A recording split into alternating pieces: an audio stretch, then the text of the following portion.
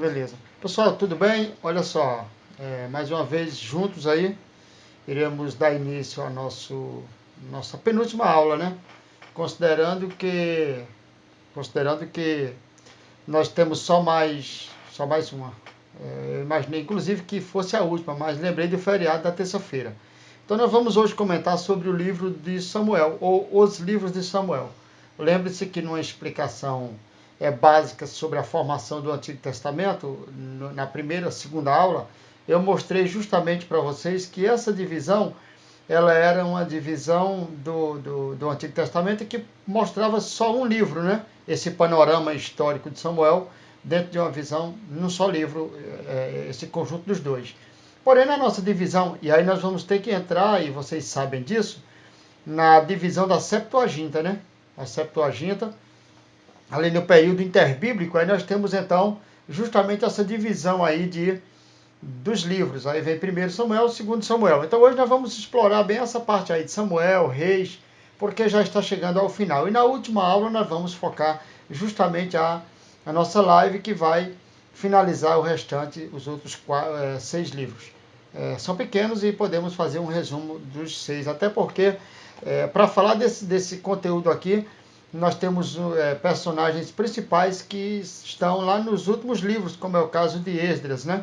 Que é justamente quem faz uma compilação e compõe toda essa formação do Antigo Testamento, já que a nossa aula é toda voltada para o Antigo Testamento, não tem nada do Novo Testamento, devido ser a parte histórica do Antigo Testamento. Então, dentro do seu módulo aí, você pode até acompanhar, vamos fazer uma leitura básica aí sobre o livro de Samuel. Então, o seu módulo diz na página de número 25 que os dois livros de Samuel constituem uma única obra no original hebraico. Fato que eu acabei de explicar para vocês e falei também na nossa aula inicial, nas aulas iniciais, né? Dando aquela panorama básica do Antigo Testamento judaico, da formação do cânon judaico. Então, traz o nome de um grande líder de Israel, que foi o profeta e juiz, ou seja, que ele foi profeta e juiz da época, né?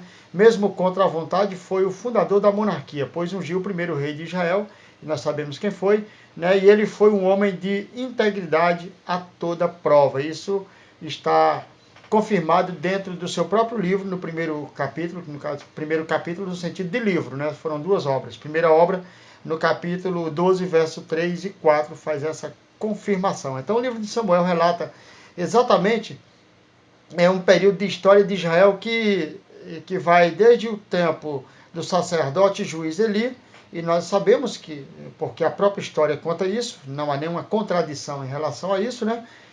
Até a ascensão de Davi ao trono, é ele que vai justamente ungir os dois primeiros reis da história de Israel, do Reino Unido. Fica marcado por isso, né?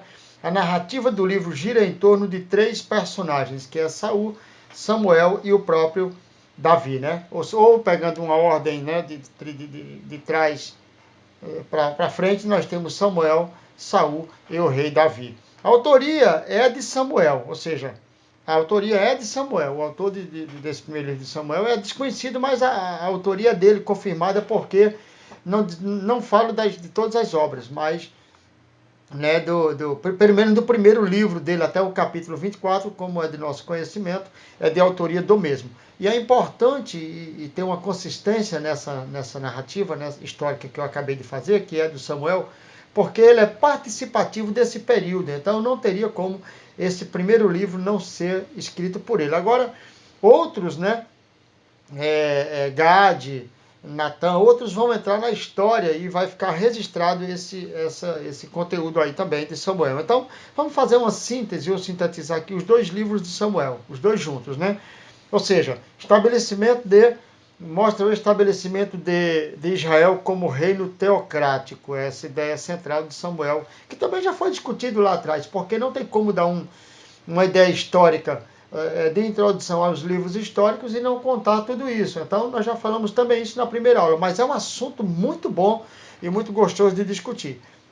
Então, esses livros, como a maioria dos livros históricos, são anônimos porque nós não temos assim, uma escrita total de uma só pessoa, mas sabemos que Samuel tem participação, né? O profeta Samuel é geralmente considerado diretamente o autor desse livro, né? De 1 Samuel, perdão. Quando eu digo do livro, aí eu já estou na divisão da Septuaginta e não na união dos livros do cânon hebraico, né? Mas na Septuaginta, a tradução que é usada no Novo Testamento, nós vamos ter na divisão o Samuel. Escrevendo essa obra aí, dentro do capítulo 1 até o capítulo de número 24, é infalível isso aí. Quem diz isso não só sou eu, o seu módulo está falando isso também, tá? Eu estou sintetizando aqui dentro do módulo, Então você vai ver que é Samuel, Natan e Gade, ou seja, os autores da primeira parte desse livro. As descrições sugerem que os autores foram testemunhas oculares desses acontecimentos. Então, se sugere isso, é óbvio que nós temos que colocar esses três principais personagens na autoria dessa sua obra. E isso está confirmado lá no primeiro livro das Crônicas, capítulo de número 29, versículo 29. Parece-me que tem essa afirmação. O cenário histórico do livro de Samuel, dos livros de Samuel, data exatamente entre o ano 1100 e o ano 970. Considere que nós estamos aí pegando 130 anos de história, né? Que vai desde ali desde a posse de Eli como juiz de Israel, né? Até mais ou menos a chegada do reinado de Salomão. Digamos que 5 anos antes. Samuel morre ali 5 anos antes do reino de Salomão.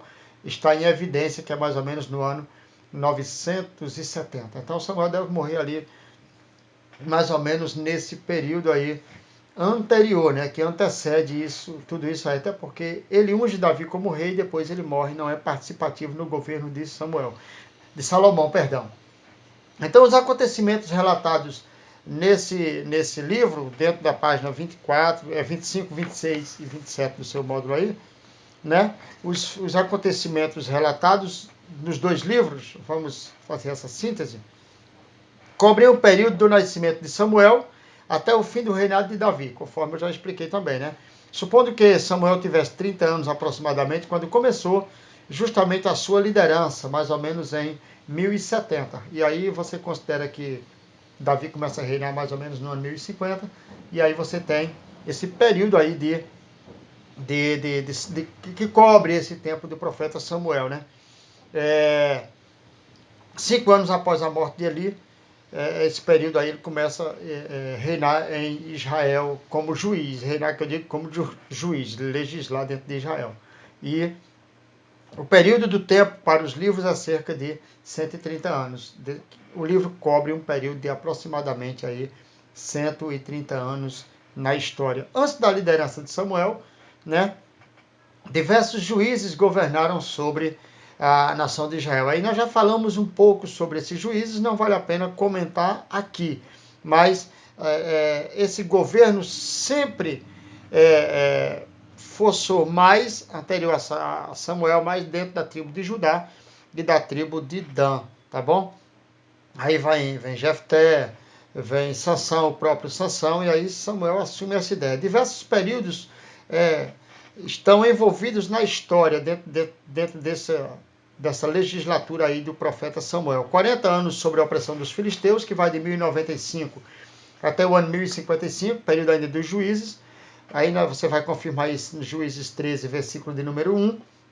40 anos de magistratura, né, do juiz e sacerdote Eli, vocês lembram da história, e aí vai de 1115, ali no ano 1115 até o ano 1075, 1 de Samuel 4, a partir do verso 17, já vai falar sobre esse assunto, e 75 anos que fala sobre esse período da Arca da Aliança, que todo mundo conhece, a história bem contada, que ficou ali em Kiriat Jearim, naquele período em que Davi vai trazer de volta a Arca da Aliança. Aí vai entre 1075 e o ano 1000, ele também vai alcançar essa narrativa, né? Essa Arca da Aliança que está sob o domínio dos filisteus. E nós bem sabemos a história. Aí tem os 40 anos de magistratura do próprio, que é o próprio Samuel, e isso vai de 1055 até mais ou menos o ano 1015, né? E aí mais à frente, ali no ano 1010, acaba o reinado de Saul. Deixa eu só fazer uma pequena correção. No começo eu falei 975, mas eu fiz só uma confusãozinha por conta dos reinos.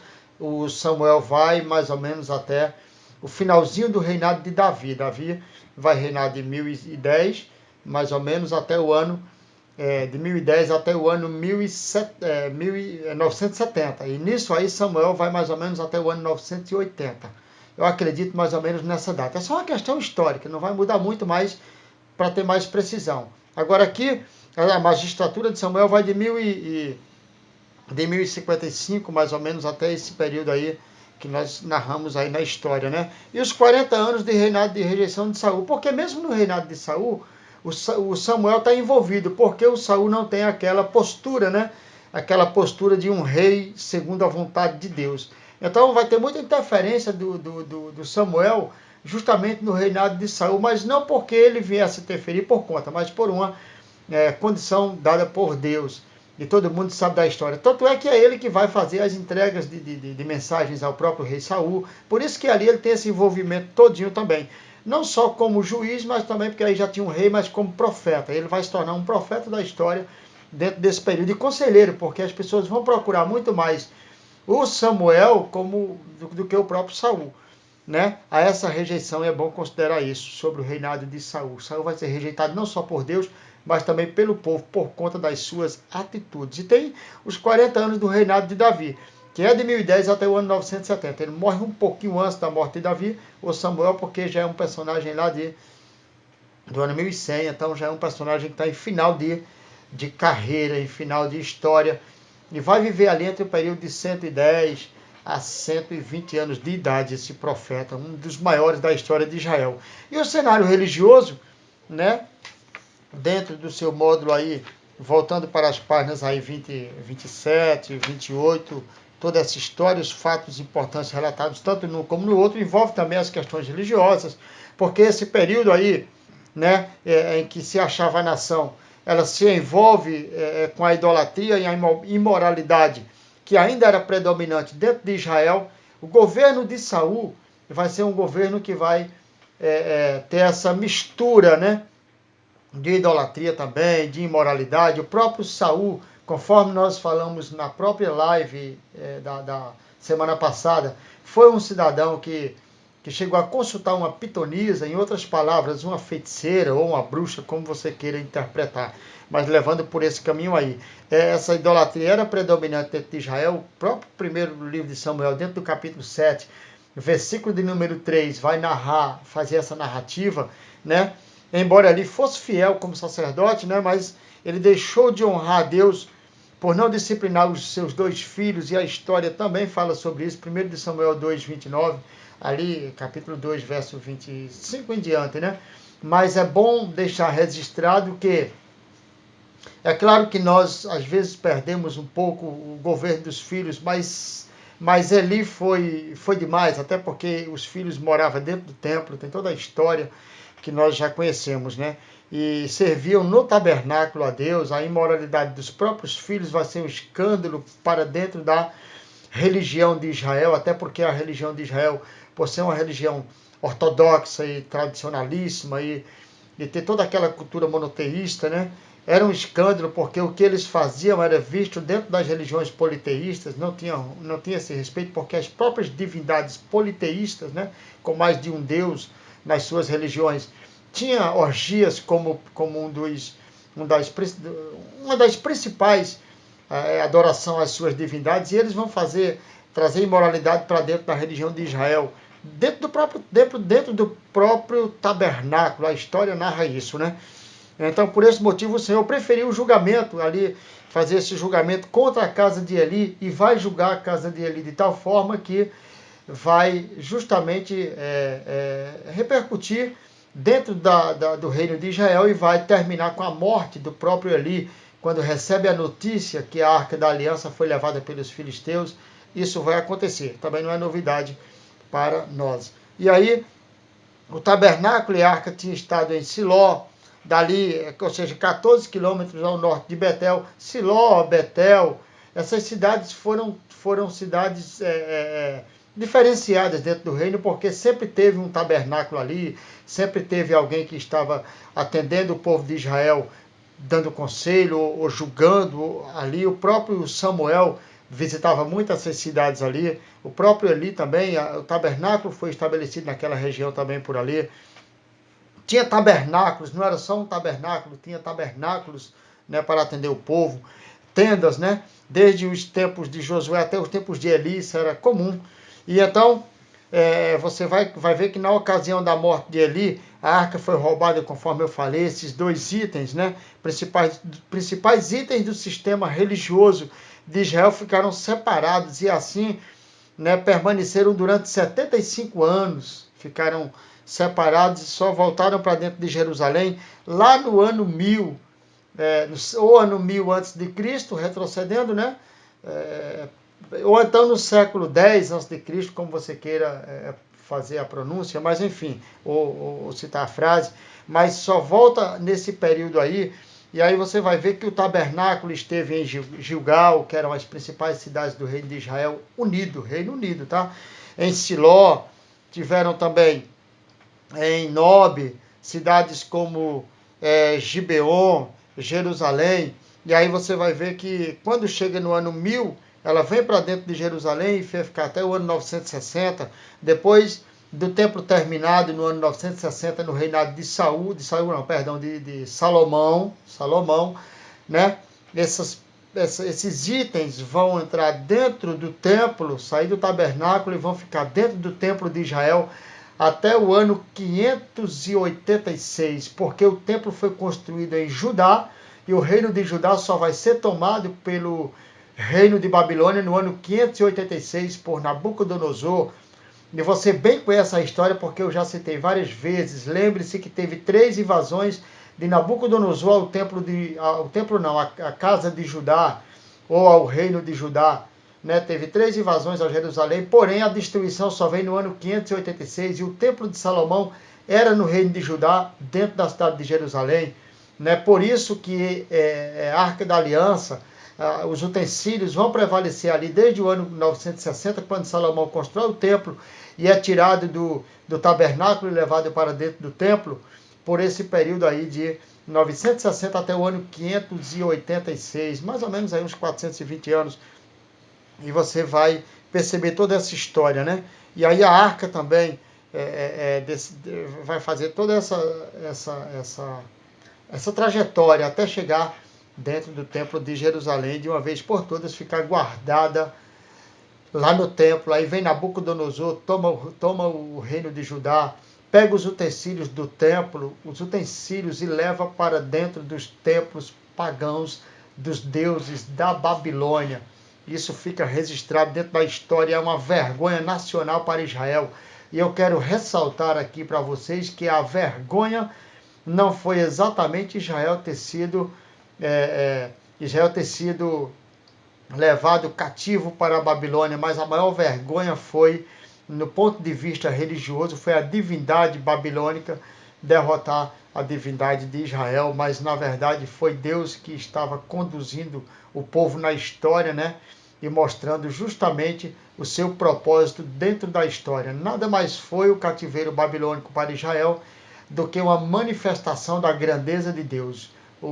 As nações já estavam acostumadas, inclusive, a humilhar Israel, principalmente dentro do reino de Israel, um reino que foi totalmente depravado na questão religiosa, na questão política, na questão espiritual, que aí envolve a questão religiosa, e moralmente falando.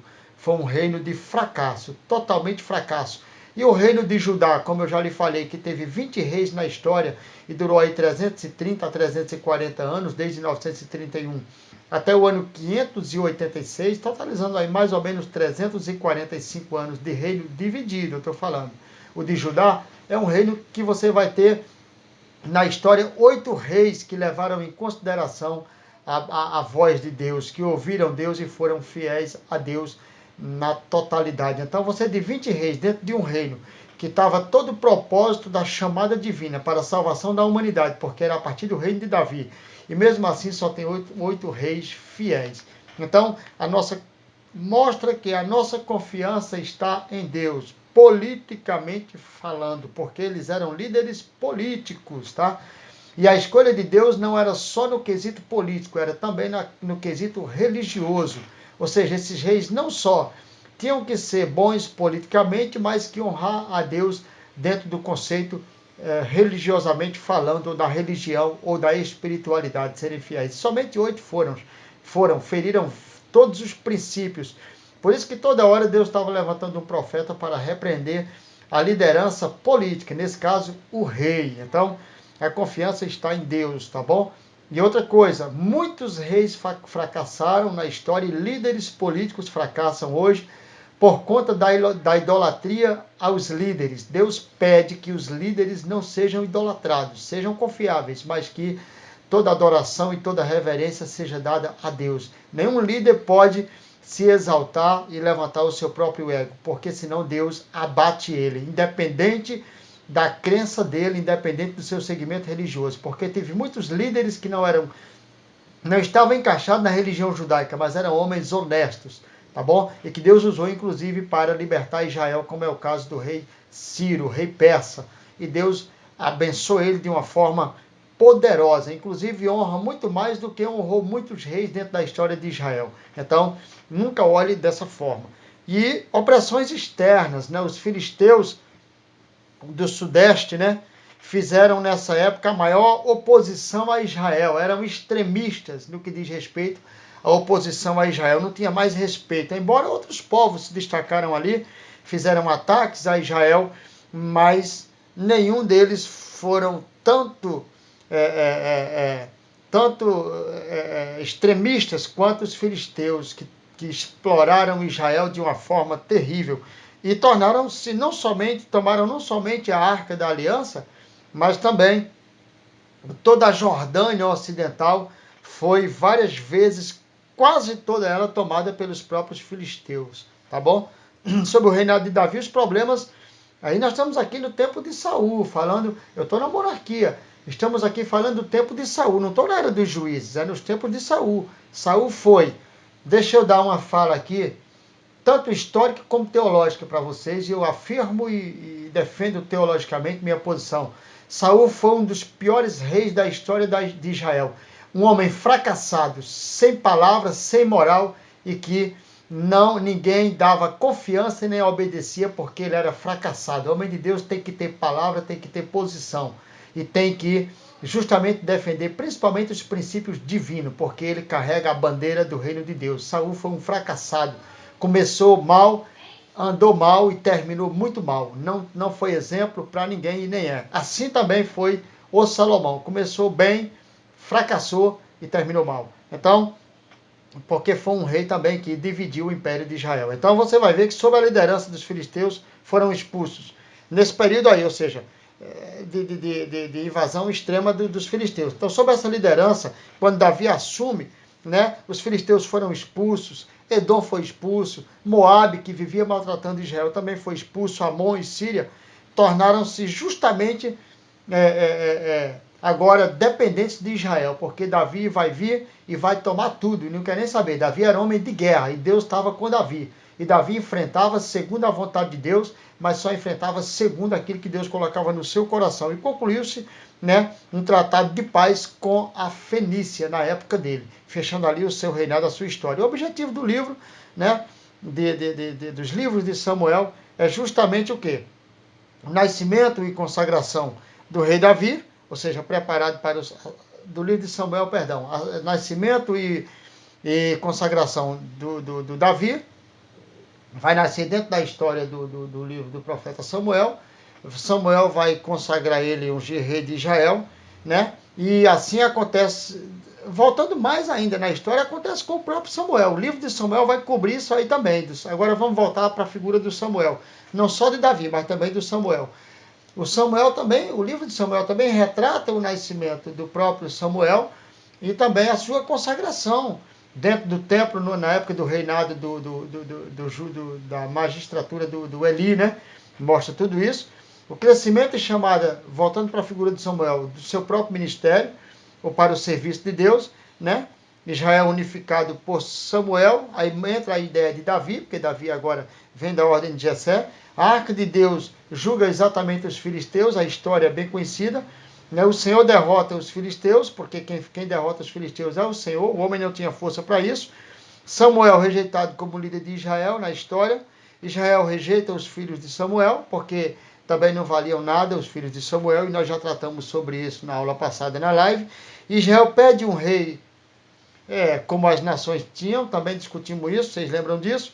Saul escolhido pelo povo, né? Pela bela aparência que tinha, mas era só aparência.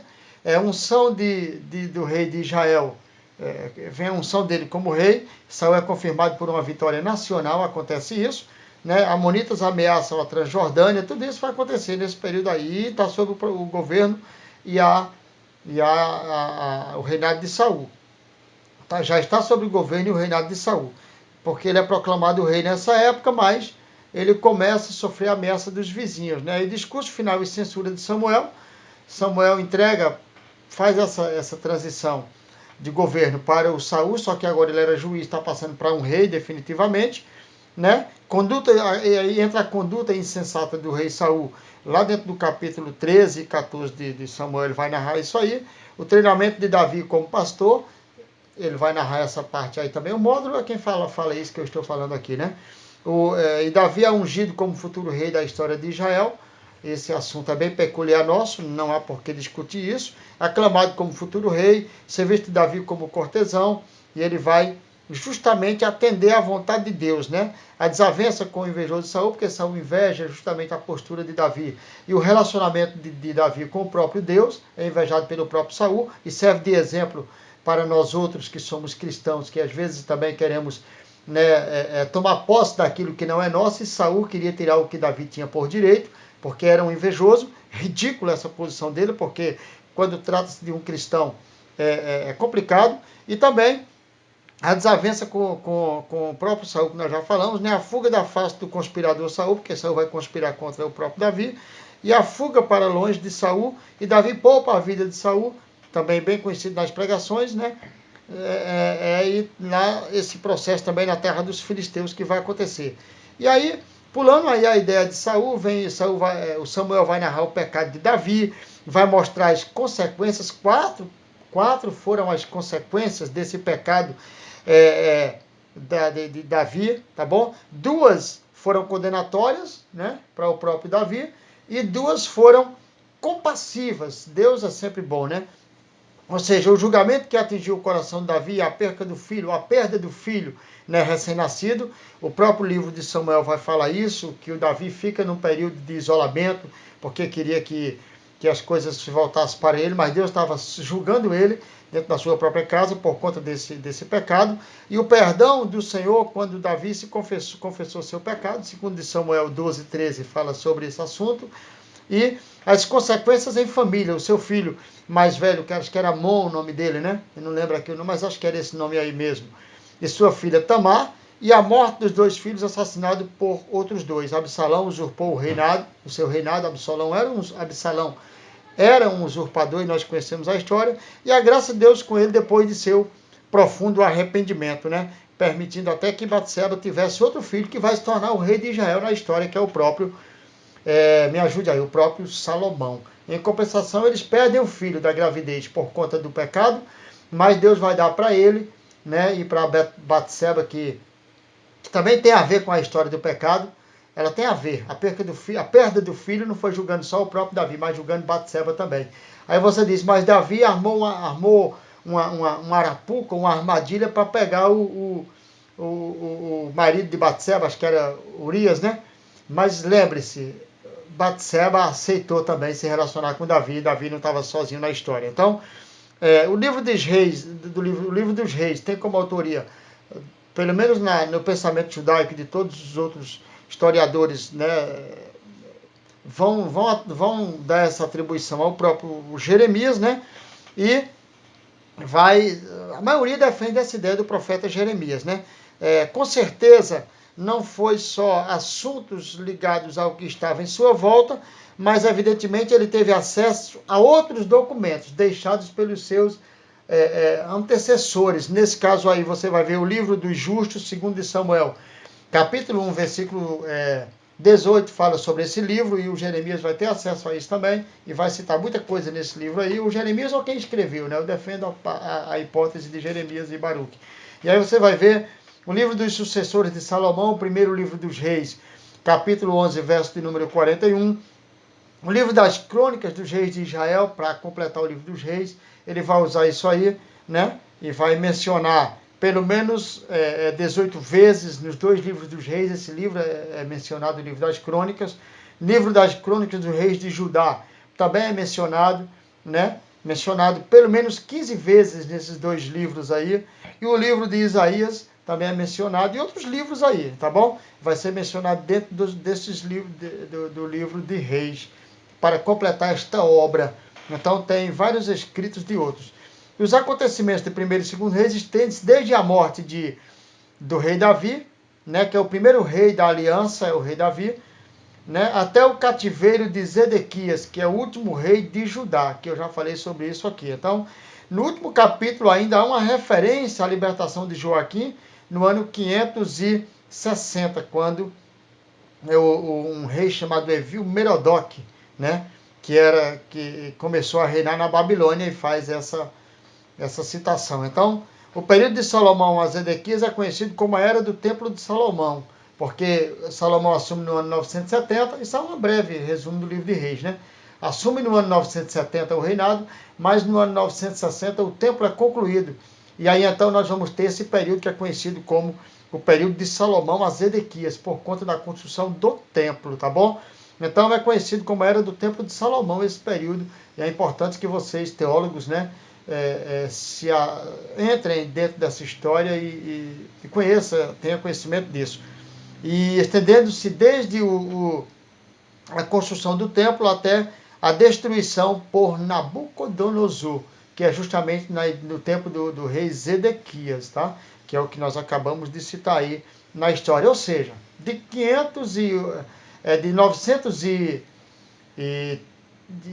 930, né, até o ano 586. O cenário político era o pior de todos, eu não vou nem falar sobre ele, mas dando um esboço aí do livro de Reis, né, Salomão recebe o trono, nós já sabemos a história, né, o primeiro livro dos Reis, o reinado de Salomão é estabelecido, Salomão recebe o trono, né, Salomão recebe incumbências do próprio rei Davi para governar. Salomão recebe sabedoria de Deus, que foi uma sabedoria que aparentemente é muito discutido isso. Se fosse vocês, levava esse tema para a live final, quando estivermos ao vivo na próxima aula. Como é que o homem recebe sabedoria de Deus?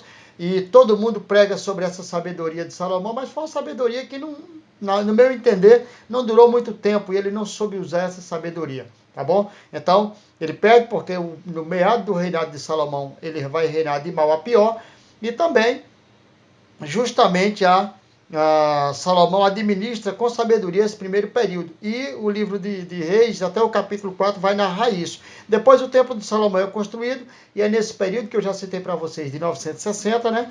E a construção e a sua força, mostra essa construção e a sua força no trabalho da construção do templo como exemplo. Foi um homem exemplo até aí, eu não tenho dúvida disso, tá? E a construção e todo esse esquema que ele monta para governar as nações, cria um ciclo de escravidão muito grande também em relação às 12 tribos de Israel. Repito, ele botava as tribos para trabalhar para ele, e elas trabalhavam 11 meses para, no 12º mês, aquela tribo suprir ele, e aí já começava a trabalhar de novo, porque daqui a 11 meses ela tinha que suprir de novo o reinado de Salomão e as suas orgias. Era um homem que vivia de orgias, e inclusive tratava o povo como escravos, o próprio povo de Israel, que ele vai usar por muito tempo esse povo como objeto de usurpação. Ele vai usurpar a nação de Israel, pode apostar que vai. Tanto é que quando o filho dele assume, vai fazer pior do que ele diz: meu pai era ruim, eu vou ser pior. Ele usa quase essa expressão, dizendo o seguinte: ele governou com vara de ferro, comigo vai ser pior ainda. Então, o Roboão, né? O Roboão, filho de Salomão. E aí a grande glória de Salomão, a grande apostasia de Salomão, que quando falamos da grande glória, você tem aí vários livros de Salomão contando a história, né? E o livro de Reis é quem vai contando a história, que eu digo, do seu período, poesias e etc. O período de intimidade é esse período aí que vai justamente até no livro de Reis, esse período de escrito que ele escreve salmos, alguns salmos, que ele escreve Cântico dos Cânticos, né? Na verdade, ele vai escrever principalmente os salmos, né? É nesse período que ele tem essa intimidade com Deus, porque Eclesiastes já é escrito lá no finalzinho de vida dele, ele já está arrependido do que faz. Mas a grande apostasia dele é narrada justamente dentro do capítulo 11 do primeiro livro dos Reis, né? E aí o reino do norte adota justamente a idolatria a ambos os reinos, porque vai ter uma mistura danada, enfim, e segue todo esse padrão.